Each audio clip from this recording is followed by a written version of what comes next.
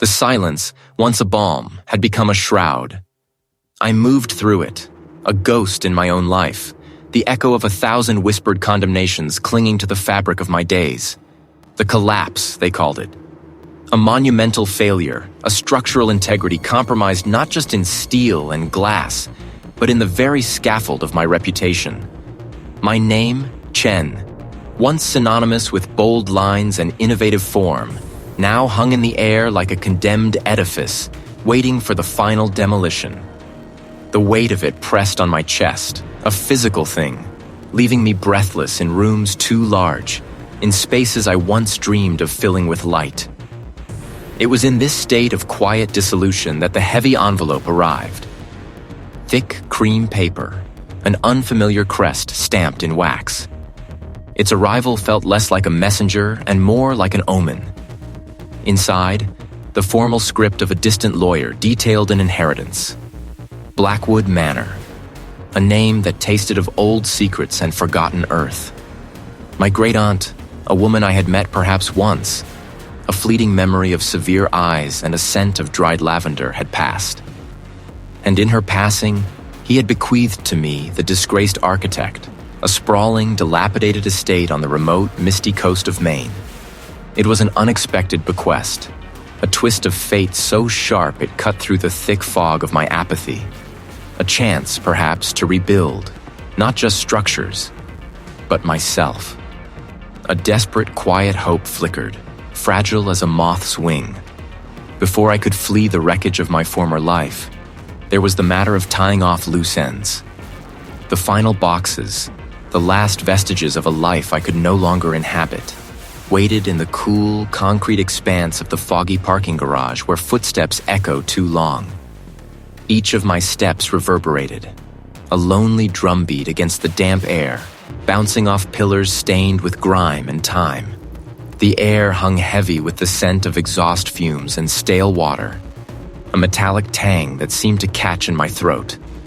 Here, beneath the city, in this echoing tomb of forgotten vehicles, my own footsteps sounded like a retreat, a surrender. The clang of a distant car door, the low hum of unseen ventilation. Each sound was amplified, stretched, until it felt like the very fabric of the world was thinning, growing transparent. I retrieved the last suitcase, its contents meager, a testament to how little I now possessed, how much I had shed. The quiet grind of the garage's ancient elevator doors closing behind me felt like a final seal, severing me from the life I had known. The journey north was a slow shedding of familiar landscapes. Cityscapes gave way to rolling hills, then dense forests, their branches clawing at the sky. The mist began to cling to the road, a soft, encroaching presence that blurred the edges of the world, making the familiar feel alien. It was a shroud, gradually enveloping me, preparing me for what lay ahead. Finally, the gravel track, overgrown and barely visible, peeled away from the main road. The trees here were ancient, gnarled, their branches interwoven like skeletal fingers. The mist grew thicker, swallowing the light, until the world was a canvas of muted grays and greens. Then, through a sudden break in the swirling vapor, it appeared. Blackwood Manor. It was less a house and more a monument to decay. 3 stories of weathered stone, its slate roof sagged in places like a broken spine. Ivy, thick as a man's arm, wrestled with the stone, pulling it apart, reclaiming it. The once grand front door, heavy oak, was scarred and peeling, a gaping maw in the fortress of the structure. A pervasive scent, a complex tapestry of damp earth, sea salt, and something else. Something metallic and old, like forgotten iron and stagnant water, permeated the air, clinging to my clothes, filling my lungs. I cut the engine. The sudden silence was profound, broken only by the mournful sigh of the wind through the eaves and the distant rhythmic crash of unseen waves. It was a sound that spoke of endless, patient erosion.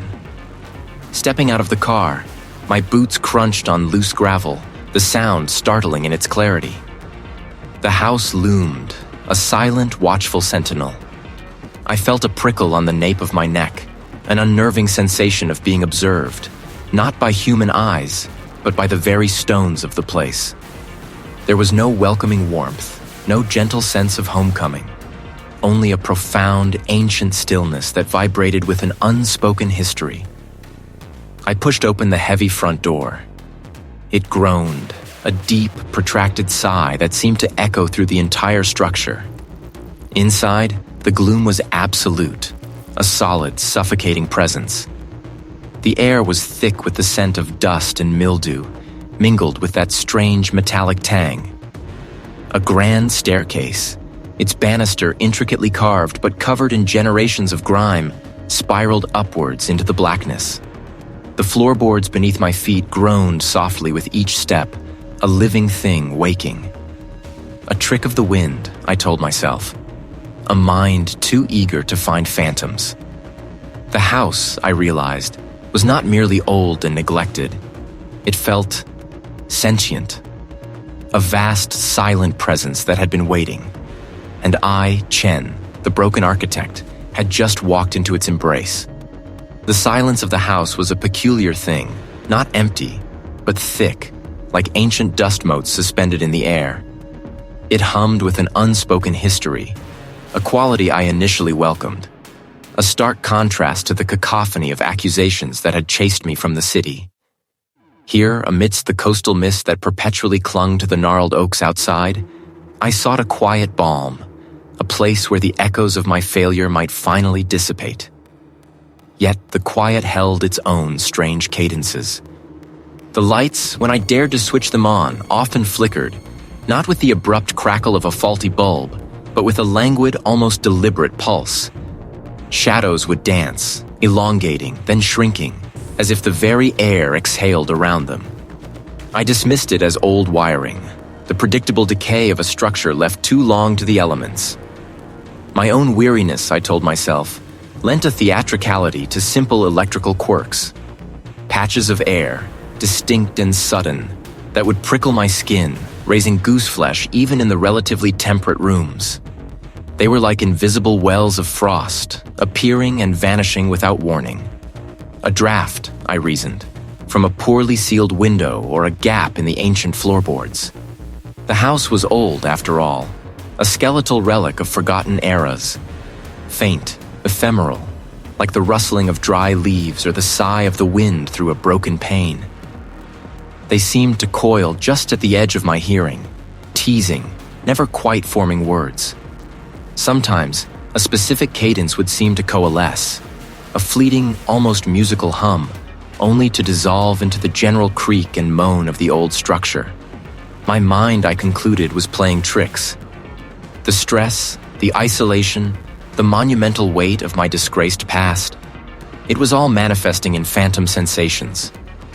Determined to impose order on this encroaching disquiet, to assert my ownership over this inherited decay, I began to explore. The house was a labyrinth of forgotten spaces. Dust motes, thick as velvet, danced in the shafts of weak sunlight that pierced the grimy windows. Each room held its own unique scent. The cloying sweetness of rot, the dry parchment smell of aged paper, the metallic tang of something long rusted. I found the first hidden room behind a tapestry depicting a hunting scene, its threads faded to muted browns and greens. A slight give in the wall, an almost imperceptible seam, yielded to my touch, revealing a narrow, unlit passage. Inside, the air was still and heavy, tasting of earth and forgotten things. It was a small, windowless chamber, its walls lined with shelves holding an array of unsettling heirlooms. There was a collection of tarnished silver lockets, each containing a miniature portrait of an unfamiliar, severe face. Their eyes, even in faded sepia, seemed to follow me. A series of small, intricately carved wooden figures, their forms vaguely humanoid but twisted, limbs at unnatural angles, sat on a dusty pedestal. Their faces were smooth, featureless, yet they conveyed a palpable sense of suffering or perhaps silent observation. Among these curiosities, tucked beneath a stack of brittle, leather-bound ledgers, I found it. A journal. I opened it, the pages rustling like dry leaves. The ink was faded, the script elegant but cramped, a hand from another century. The entries began innocuously enough, observations on weather, mundane household affairs. But then the tone shifted. The language grew archaic, more cryptic. The price is steep, but the legacy demands it. The bloodline is bound, generation unto generation, to uphold the pact. Let none stray, lest the hunger consume us all. The words blurred before my eyes, not just from the age of the ink, but from a sudden, dizzying unease. This was not the quaint ramblings of an eccentric ancestor. It spoke of obligations, of a recurring debt. The air felt heavier now, charged with a latent energy. My rational mind, the architect's mind, tried to construct explanations. Superstitious ramblings, a secret society, a macabre game played by my ancestors. The house, I realized with a sudden, sickening certainty, was not just old and decaying. It was watchful, and it had secrets far more profound than faulty wiring or drafts. I was no longer merely a refuge seeker. I was an intruder, perhaps even an unwitting participant in a legacy I had only just begun to uncover. The air in the main hall, once merely still, now seemed to press against my skin, thick with an unseen presence. My fingers, still tingling from the rough wood of the hidden panel, instinctively curled into fists. The house, Blackwood Manor, was not just old and decaying. It was a hungry maw, and I, Chen, stood at its threshold. I tried to shake off the creeping unease, to rationalize it as the lingering echo of my own overactive imagination, a byproduct of stress and isolation. I walked through the cavernous space, my footsteps loud against the worn floorboards, each sound swallowed by the oppressive quiet. A heavy, leather-bound book, one I distinctly remembered leaving flat on a dusty side table, now lay open, face down, on the Persian rug, its pages splayed like a broken wing. A tremor, faint but undeniable, ran through me. I picked it up, noting the delicate, almost imperceptible shift of a small carved ivory bird on a nearby mantelpiece. It had been facing west. Now, its tiny head pointed north. "Just the old house settling," I murmured, my voice a thin, reedy thing against the vastness. Later, as twilight bled through the leaded glass, painting the hall in bruised purples and bruised grays, I heard it.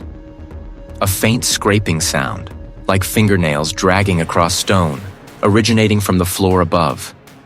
It was too regular, too deliberate to be the wind, too rhythmic to be vermin. It stopped, then began again, a slow, methodical scrape, scrape, scrape.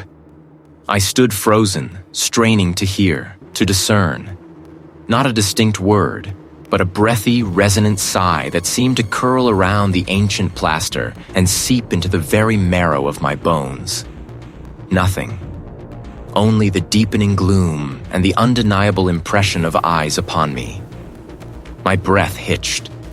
My rational mind, my architect's logic, screamed for explanations, for structural shifts, for settling dust, for optical illusions. But my gut, a primal, terrified thing, knew better. The determination that had brought me to Blackwood Manor, the resolve to rebuild my life, now felt brittle, threatened by the insidious tendrils of fear. I needed to escape, if only for an hour, the feeling of being watched, of being hunted. I drove the winding coastal road, the fog thick and clinging, until the sparse lights of the nearest town pierced the milky veil. My own footsteps, loud and solitary, reverberated unnervingly, each echo stretching out, reluctant to fade. As I fumbled for change at a rusted vending machine, a figure emerged from the deeper gloom of the garage. It was an old man, gaunt and stooped, his face a road map of deep-set wrinkles, his eyes a startling pale blue that seemed to hold generations of quiet observation. He wore a heavy, patched fisherman's sweater even indoors, and carried a burlap sack that rustled faintly with an unseen weight. "You're the new one," the old man rasped, his voice like dry leaves skittering across pavement. He didn't ask. He stated it, a certainty that startled me. "The one at Blackwood." I nodded, a knot forming in my stomach. "Chen." "Yes." He moved closer, his gaze unnervingly direct. "Blackwood Manor has a way of calling its own.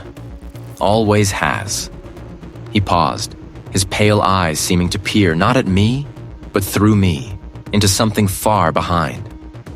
"Folks around here, we know its ways. The old ways. The house."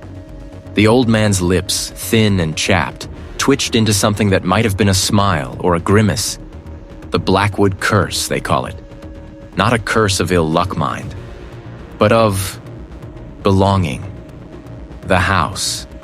It keeps what it claims, and it claims its blood." He gestured vaguely with a gnarled hand, encompassing the invisible stretch of land between us and the manor. "There were others. Before you. Always a Blackwood. Though the name might change, the blood thins. But the house, it knows." He lowered his voice, though we were the only two souls in the echoing garage. "They say it wakes. When the right one comes, things move. They take form. And then, the true claiming begins." He looked at me again, his pale eyes burning with a peculiar intensity. "You feel it, don't you? The house breathing around you? Objects moving, distinct sounds, fleeting apparitions." He described them with the casual certainty of one who knew. The old man merely shook his head, his gaze distant, lost in some ancient memory. "It finds its vessel." I drove back to the manor through the thickening fog, the old man's prophecy weaving itself through the already frayed threads of my composure. The words of the old caretaker, though scattered like dust motes in a forgotten attic, had coalesced into a chilling certainty. I was not merely witnessing things, I was perceiving them, a distinction that felt both terrifying and strangely empowering. The house, I now understood, was not just a repository of history but an active participant, and my presence here was no accident. A cold resolve settled within me, a sharp counterpoint to the fear that still gnawed. I would find answers, peel back the layers of this silent, breathing stone. The journey back to the estate felt different, the familiar winding road now a path leading deeper into a labyrinth.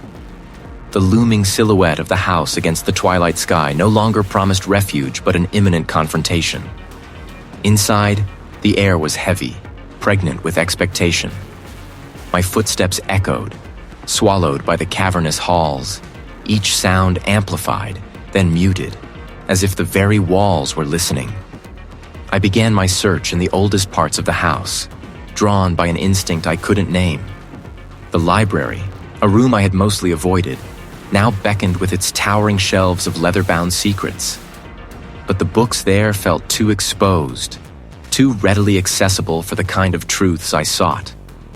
My gaze drifted to a section of the wall behind a particularly heavy carved armchair, a patch of paneling that seemed just slightly off, a faint seam running through the aged wood. My fingers traced the line, feeling the subtle give, the almost imperceptible resistance. The air that rushed out was stale, carrying the scent of decay and forgotten paper, a perfume of deep time. A tremor ran through me, a premonition of what lay ahead. This was it. The passage was short, leading to a small, hidden chamber, more a cloister than a room. Elias Blackwood, my ancestor. I opened the journal, the brittle pages crumbling slightly at my touch. The handwriting was meticulous at first, then increasingly frantic, sloping and spider-like. Elias Blackwood's words, a confession spanning decades, began to unfold. He wrote of the Dweller, not as a ghost, but as an ancient, hungry presence, a root deeply embedded in the very foundations of the land and the house. a vessel. The surrender absolute, the spirit frayed by sorrow. Another described the song of the blood, a phrase that sent a shiver down my spine, conjuring images I desperately tried to push away. Elias wrote of his initial fascination, his belief that he could control the dweller, harness its power. His entries grew more desperate, revealing his attempts to appease it, to satiate its hunger with something. The words on the page blurred, then reformed into stark, accusatory images. I closed my eyes, trying to dispel the vision, but it clung to me. The air was thick with the scent of exhaust and damp concrete, the mist swirling around my knees like an insidious tide. I could almost hear the murmurs of the unseen crowd, their judgment a palpable force. It was the place where I had felt most utterly alone, most completely exposed. A jolt, like an electric shock, brought me back. I was still in the hidden chamber, the journal still open in my trembling hands. The visions had been so real, so immediate. The house, it seemed, was not just reflecting Elias's past, but my own. It was twisting my deepest wounds, bringing them to the surface, feeding on them. The vessel will be prepared by grief, my sorrow, my seeking of solace. Elias Blackwood, my ancestor, had not merely documented the dweller, he had laid the groundwork for its next target. And that target, I now understood with a horrifying clarity, was me. The ancestral ledger, its pages still warm from my frantic touch, lay splayed across the oak, a silent testament to a lineage of suffering. Elias Blackwood's precise, almost clinical script, detailing the slow, insidious work of the dweller, had ceased to be a mere historical curiosity. It was a mirror, reflecting my own shadowed future. The air in the study, once merely heavy with dust and neglect, now felt charged, a static hum against my skin, as if the very molecules of the house were vibrating with anticipation. A cold dread, sharp and sudden, pierced through the weary resignation that had settled over me. No, not resignation. A fierce, desperate defiance ignited within. I would not be another entry in Blackwood's grim chronicle. My decision was swift, born of a primal urge to survive. I would leave. Now, this instant. The front door, a massive slab of weathered oak, offered no resistance. Outside, the Maine mist clung to everything, a damp shroud muffling the world. My old sedan, parked where I'd left it, a solitary, vulnerable thing against the vast, untamed landscape, beckoned with the promise of escape. I reversed down the long gravel drive, the crunch of stones beneath the tires a frantic rhythm, a drumbeat against the rising tide of panic. The house, shrinking in my rearview mirror, seemed to lean forward, its gables like hunched shoulders, its windows like vacant eyes watching my retreat. The drive was a blur of fog-shrouded pines and the rhythmic sweep of wipers. My mind raced, searching for an explanation, a rational anchor in the swirling chaos. This was madness, grief, exhaustion. They resonated with a truth that felt ancient and undeniable, a truth that had been waiting for me. I drove until the familiar coastal road gave way to the fringes of the nearest town, a small cluster of lights struggling against the pervasive mist. I guided the sedan down the ramp, the tires hissing on the damp concrete. The air grew heavier, smelling of damp concrete and something metallic, like old coins and rain. The fluorescent lights hummed above, their anemic glow doing little to dispel the gloom, merely carving out islands of sickly yellow in the encroaching gray. My headlights cut through the thick, swirling vapor that seemed to have followed me, gathering in the corners, pooling around the support pillars. I chose a spot on the lowest level, far from the entrance, an impulsive desire for absolute solitude overriding any sense of self-preservation. As I cut the engine, the sudden quiet was absolute, save for the drip, drip, drip of water somewhere in the vastness. It was my name, Chen, drawn out, stretched thin, imbued with a mocking pity. Then came the rustling, not of leaves, but of parchment, 1,000 brittle pages turning at once, a sound that filled the cavernous space. I gripped the steering wheel, knuckles white, my gaze darting into the swirling mist that seemed to thicken, to coalesce. Shapes began to form within the fog, indistinct at first, then sharpening into familiar, terrible forms. Blueprints, spectral and glowing with an internal, sickly light, began to unfurl in the air before me. "Flawed," a voice hissed, multiple and singular, a chorus of critics and my own self-doubt. "Weak," a collapse waiting to happen. The spectral blueprints began to twist, to writhe, the lines shifting, reforming.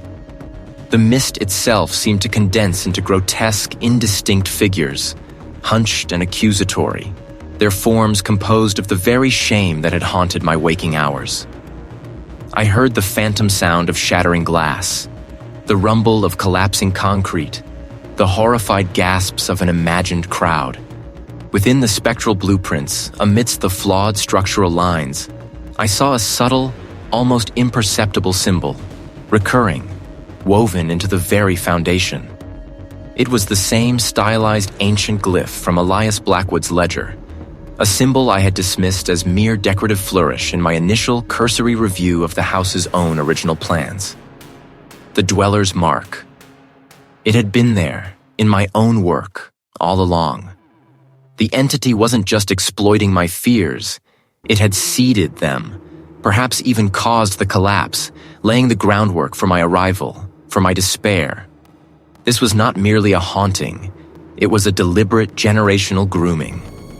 I had to leave. I had to get out. The engine turned over, coughed once, then died. I tried again and again, but the only sound was a faint, mocking click from beneath the hood. The car, my only hope, was dead. My breath plumed before me, ragged and desperate.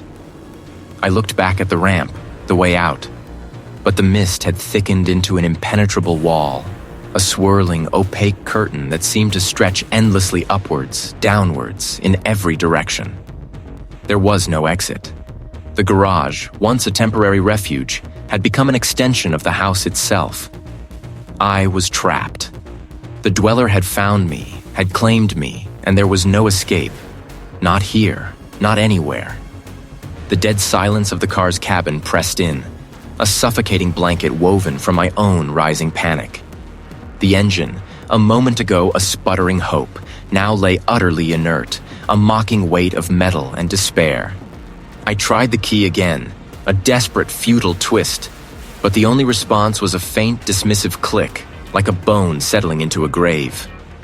My breath hitched, a ragged sound in the sudden, profound stillness. I was trapped. Beyond the grimy windshield, the world outside was a shifting canvas of gray. It muted the edges of everything, blurring the line between solid structure and spectral illusion. I pushed open the door, the groan of hinges a jarring intrusion in the quiet. My boots scraped on the rough concrete, each step echoing with an unnatural resonance that stretched and distorted, as if the very air held onto the sound, refusing to let it fade. It was a place where sound went to die, or perhaps to be born anew, twisted and amplified. I walked a slow circle around the car, my fingers tracing the cold metal, searching for a sign, any sign, of life. Nothing. It was utterly, irrevocably dead. The air grew heavier, pressing against my temples. It wanted me here. It had always wanted me here. It was older, distinct, built of the same rough-hewn stone as the house itself, unlike the more modern, crumbling concrete around it. It felt different, a subtle ripple in the fabric of the place. A faint tremor ran through the stone beneath my touch.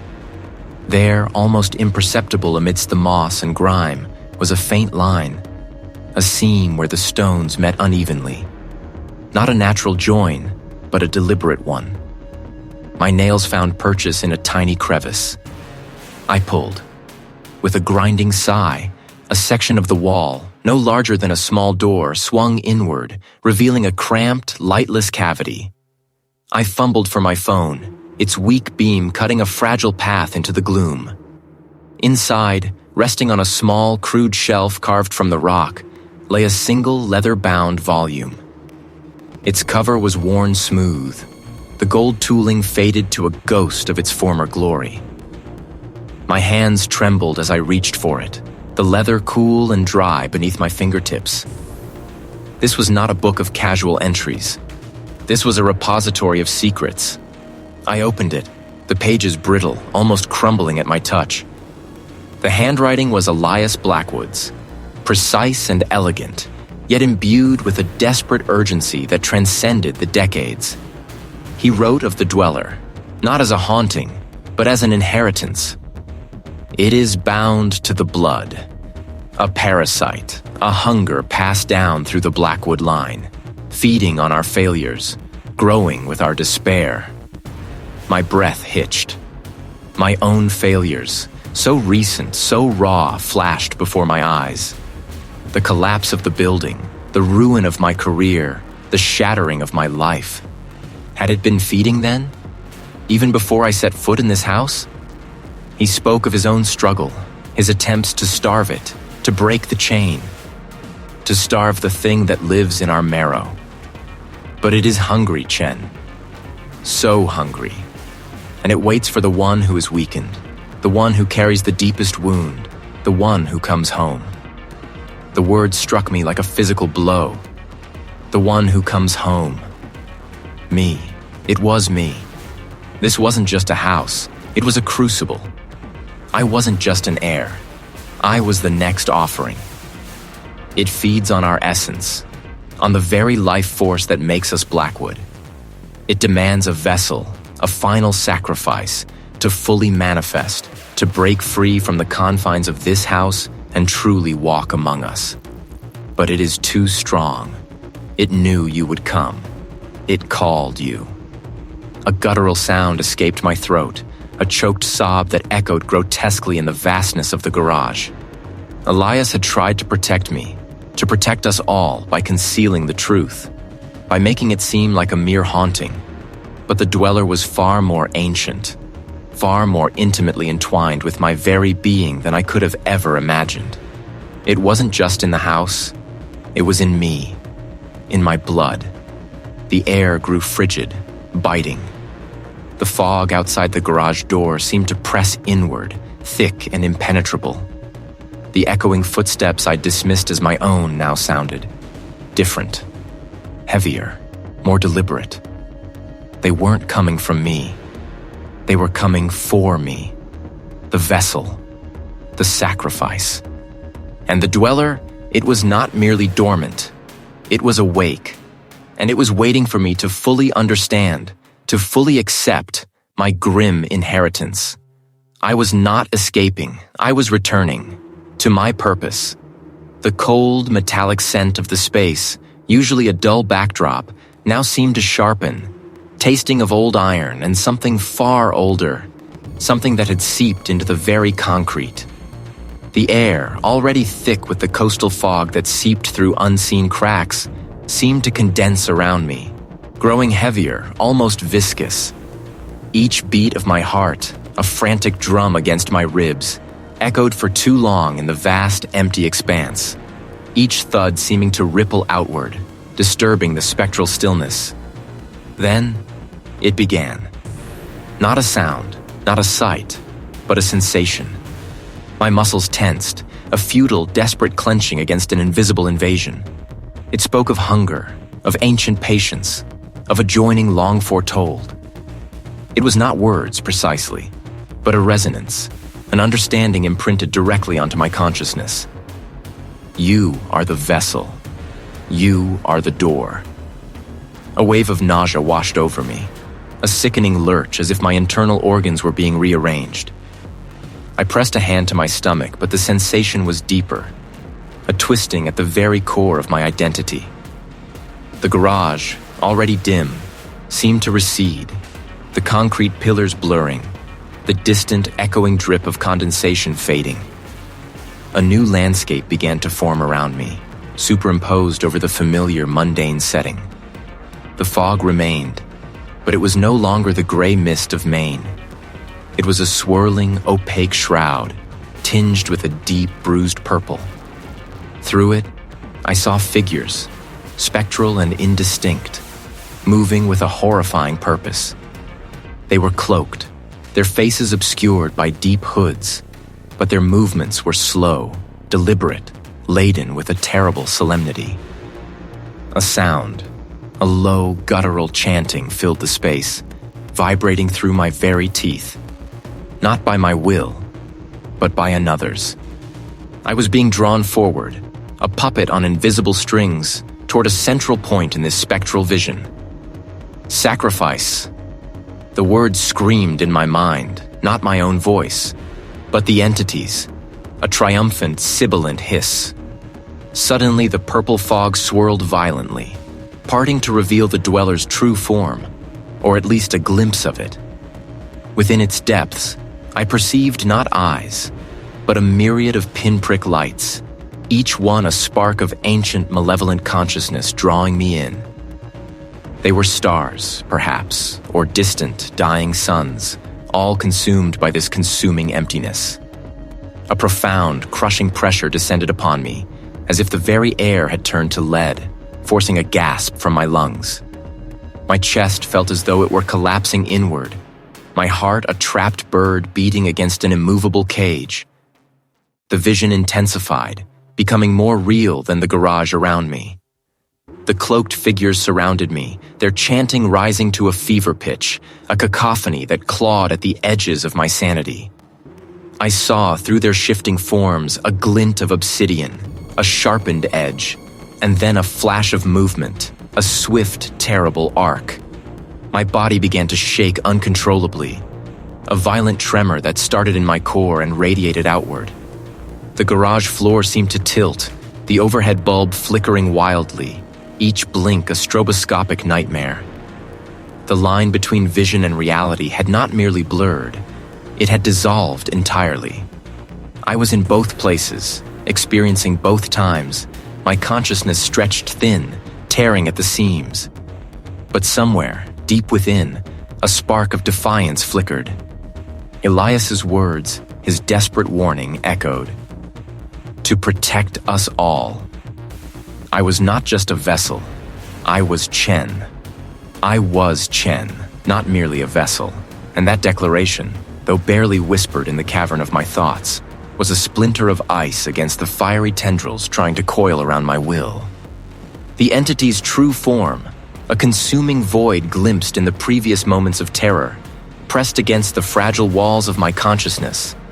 A pressure that warped the air, curdled the light. But determination, raw and desperate, sparked within me. He had sought answers, and if answers existed, if a weakness could be exploited, then I would find it. The house, once my refuge, now felt like the mouth of a beast, every creak of timber, every sigh of wind through broken panes, a low growl. I could not stay. The notes, the true heart of Elias's desperate research, would not be here. He was too cunning, too aware of the dweller's pervasive reach. He would have hidden them away in a place unseen, unburdened by the estate's ancient, suffocating power. My mind, fractured and reeling, pieced together fragments of Elias's journal entries, memories of his coded messages I dismissed as madness. I stumbled through the pre-dawn gloom, the mist-shrouded landscape clinging to me like a shroud. Every shadow seemed to writhe, every distant sound a whisper intended for my ears alone.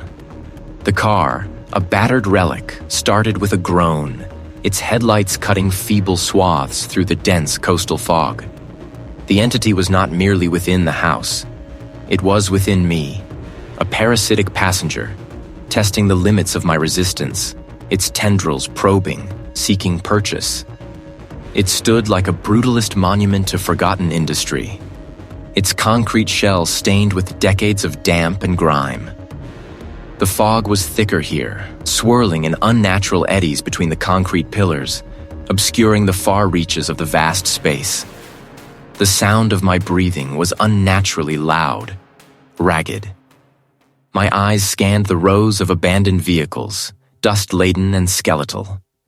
Elias's notes wouldn't be in plain sight. He was meticulous, paranoid. I felt watched, not by human eyes, but by something ancient and patient. Its presence a pressure behind my eyes, a dull ache in my teeth. A small, almost invisible panel, expertly blended into the concrete. My heart hammered against my ribs, a frantic bird trapped in a cage. With fumbling fingers, I pried it open. Inside, wrapped in oilskin, lay a sheaf of brittle yellowed papers and a small leather-bound book. Elias's final legacy. I withdrew them, my breath catching in my throat. A low, guttural hum vibrated through the concrete floor, a sound that resonated deep in my bones. The dweller knew. I unfolded the papers, the ink faded but still legible. Elias's frantic, elegant script filling the pages. My eyes raced over the words, each one a hammer blow to my fragile hope. He had found it, the weakness, the way to banish the dweller. But the cost? The note spoke of an anchor, a living conduit necessary to bind the entity, to sever its connection to this plane. It detailed a ritual, not of destruction, but of imprisonment. To sever it entirely would mean tearing away a piece of oneself, a fundamental aspect of existence. The vessel must become the prison, I read. Elias's words echoing with a despair that clawed at my own throat. To seal the breach, the conduit must become the eternal gatekeeper. A conscious sacrifice. The vessel does not die, but becomes the prison, forever aware, forever bound to the entity it contains. A living tomb. This was not merely death. This was worse. This was an eternity of conscious torment, a living oblivion, my mind a cage for the very thing that sought to consume me. Elias had discovered it, but he had not performed it. He had chosen, instead, to die, leaving this horror for me. The hum intensified, a low thrumming that pulsed through the concrete, through my very body. The fog swirled into spectral shapes, indistinct and threatening. It knew I had found the truth, and it knew the immense, impossible cost. My determination wavered, threatening to shatter under the weight of this unbearable revelation. I was Chen, but for how much longer? He had not performed it. A profound existential terror had settled upon me, not the fleeting chill of a sudden draft, but a bone-deep cold that radiated from the marrow. This was not merely the end of breath, the cessation of a heartbeat. This was worse. Elias, my ancestor, had understood the gruesome mechanics, the terrible inheritance, but had faltered at the precipice. He had chosen, perhaps, a swifter, less agonizing end, leaving the ultimate reckoning to me. My determination hardened, a cold, sharp stone in the pit of my being. There would be no escape, no turning back. The house had swallowed my past, consumed my present, and now demanded my future. But I would not simply be devoured. I would meet it. The grand staircase, usually creaking with age, felt silent, expectant. My fingers brushed against the damp, cold stone of the inner walls as I navigated the winding passages beneath the main structure. The scent of ancient earth, of stagnant water, and something else. A faint metallic tang, like old blood or rust, grew stronger with every step into the subterranean depths. I found it, just as the journals and fragmented sketches had implied. A hidden crypt, not for the dead, but for the dormant. A low, arched entrance, almost swallowed by the earth, lay revealed behind a crumbling wall in what had once been a wine cellar. The air that seeped from within was thick, humid, and impossibly still, carrying a faint, sweet decay that clung to my tongue. I pushed through the narrow opening, my shoulders scraping against the rough-hewn stone. The chamber beyond was vast, circular, and utterly lightless. In the center, a raised dais of rough-hewn granite, and upon it, a single shallow basin. This was the heart of it, the crucible. A sudden disorienting memory seized me, sharp and unwelcome. The shame, the failure, the utter professional ruin. My hands had trembled then, my future collapsing around me like the faulty scaffolding. It was a moment of profound weakness, a past self consumed by guilt. But here, now, in this ancient crypt, facing an oblivion far more absolute, a strange clarity settled. That past failure, that public humiliation, it had stripped me bare, leaving only the essential core. It had prepared me for this. It pressed against my eardrums, a vibrating hum that resonated in my bones. I felt it then, the awakening. Not a physical manifestation, but an immense hungry awareness that bloomed from the basin, from the very stone beneath my feet. It was a consciousness without form, an ancient hunger that had slept for generations, stirred by my arrival, by the Blackwood blood that flowed in my veins. It was the Dweller. Release, surrender, become. It showed me visions, a life unburdened, a mind unscarred by failure, a future of quiet peace. It offered a seductive oblivion, a cessation of all suffering, all regret. But I knew the price. To surrender was to become a husk, a vessel, my consciousness subsumed, my identity merely fuel for its eternal hunger. Elias's words, an eternity of conscious torment, burned through the illusion. My fingers traced the strange symbols carved into the granite dais. The journals had spoken of a counter-ritual, not one to destroy, but to sever. To sever the lineage, to break the chain that bound the Blackwoods to this entity. It required a sacrifice, not of blood, but of essence. The ultimate sacrifice of self, a complete and utter repudiation of my inheritance, my very connection to this place, to my family name. To become nothing, so that it might feed on nothing. I reached into my pocket, my hand closing around the small, tarnished silver locket I had found among Elias's belongings. Inside, a miniature portrait of a stern-faced woman, my great-grandmother, a Blackwood. This was the connection, the physical representation of the lineage. I placed it in the shallow basin. The entity's presence intensified, a suffocating weight that threatened to crush my will. But I held fast. My breath hitched, a ragged sound in the profound quiet.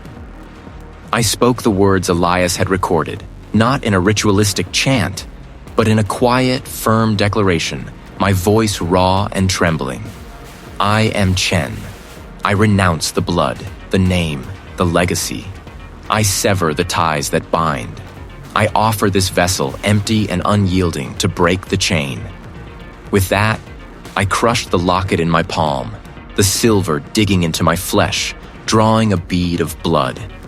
I pressed my bleeding hand onto the dais, smearing the symbols, mingling my blood with the ancient stone. It was not an offering of life, but a declaration of termination. A terrible, wrenching agony tore through me. It felt as though a part of my very being was being ripped away, a deep, foundational root violently severed. My vision swam. The air shrieked, a sound that was not sound, but a vibration of pure, unadulterated rage and frustration. The walls of the crypt seemed to heave, the carvings twisting into grotesque visages of despair. I felt the entity recoil, not from pain, but from the sudden, profound emptiness of its intended vessel. It had sought to consume, but I had offered it nothing. I had become null. The Dweller was not destroyed, I knew. But its connection to the Blackwood line, to me, was broken. The house, too, felt different. Still, but no longer hungry. The fate of the Blackwood line was decided. It ended here, with me, in this crypt beneath the earth. And the fate of the Dweller? It remained, dormant once more, but without its tether, without its path to consciousness. I had made my profound sacrifice. I was free, but at what cost? I looked down at my hand, the crimson stain on my palm, and understood that I was no longer Chen, the architect, the heir. I was merely The terrible, wrenching agony had been a soundless scream, a tearing of fibers that were not merely flesh, but the very weave of my being. It had been the universe contracting to a single point of incandescent agony, then blossoming into a void. I remember the locket, the blood, the dais, then only a falling, a silent plummet into an abyss that stole even the concept of breath.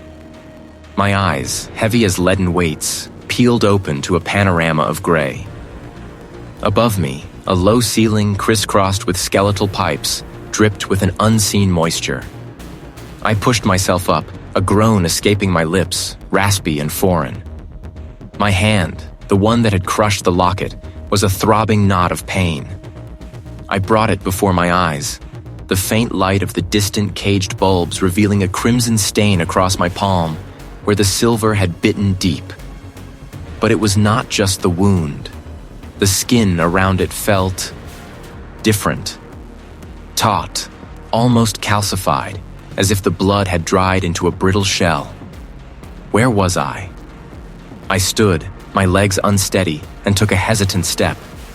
The sound of my worn boots echoed, unnaturally loud, stretching into the vast, indistinct reaches of my surroundings.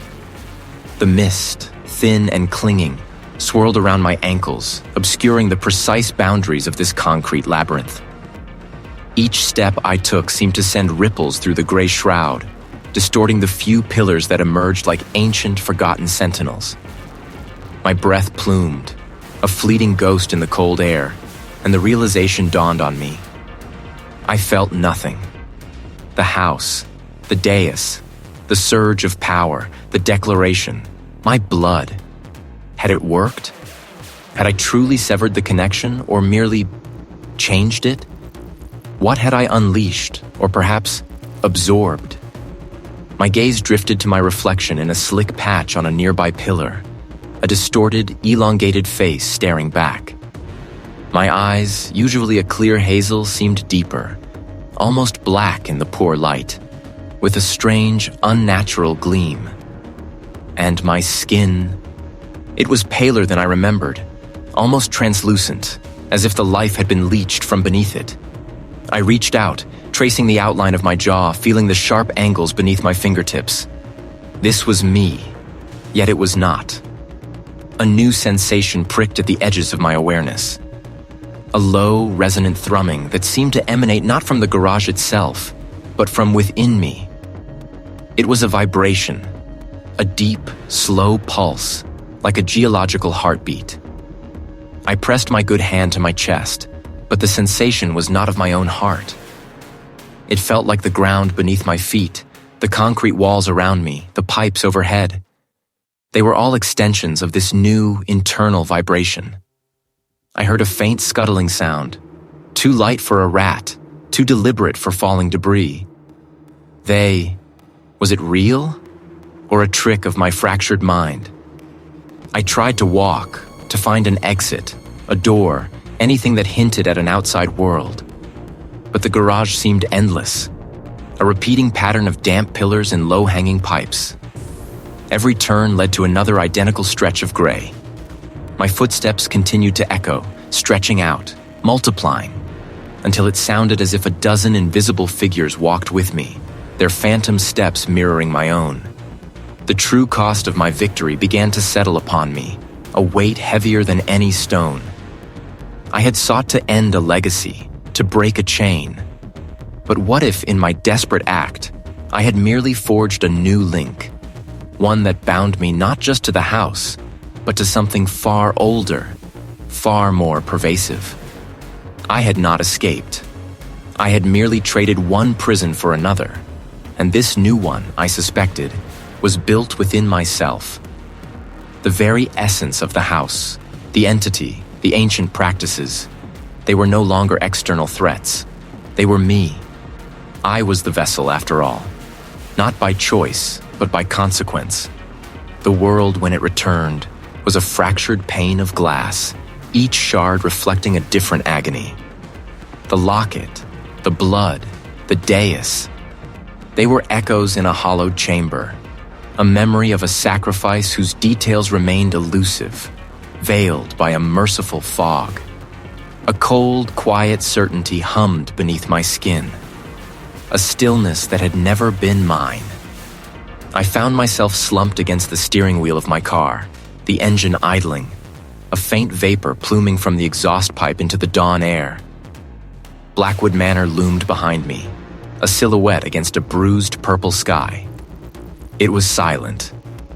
Utterly, profoundly silent. It felt dormant, like a predator sated, or perhaps merely sleeping. A strange, unnatural calm settled over me. It was not peace. My hand, when I lifted it, felt heavy, alien. I traced the faint, almost imperceptible line etched into my palm. A jagged scar, a relic of the locket's broken chain, or perhaps of something deeper. With a shudder that was not entirely my own, I pressed the accelerator.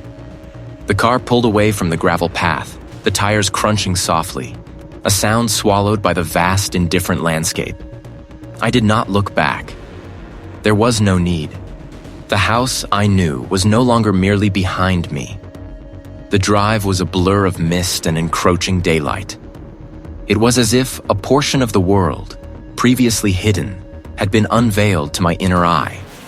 I needed to disappear, to dissolve into the anonymity of urban life, to lose myself in the press of other bodies. The entrance yawned, a maw of grimy concrete and flickering fluorescence.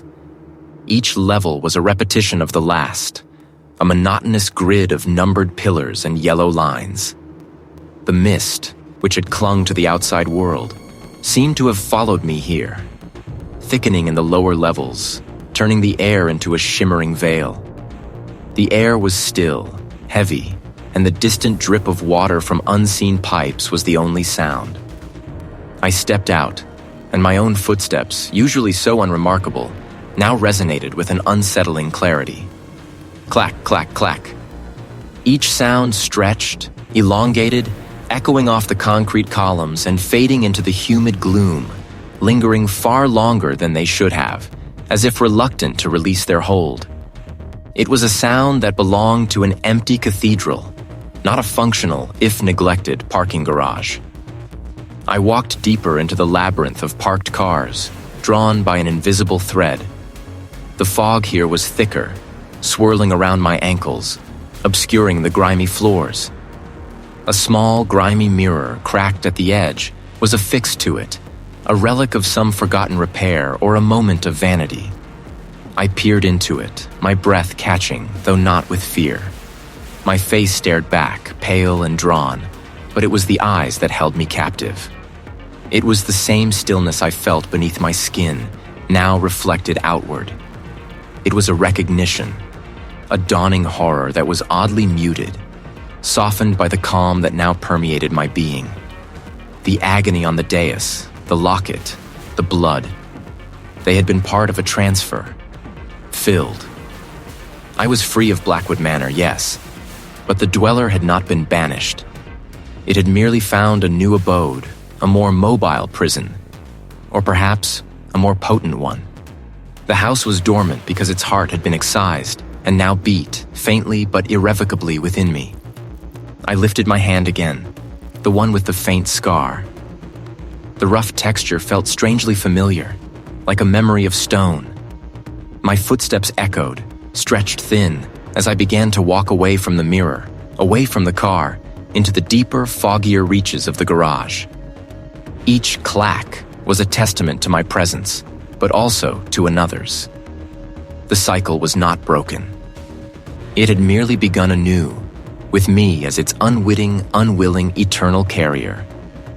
And as I walked, I felt a peculiar, quiet hunger stir, deep within the ancient chambers of my newfound self.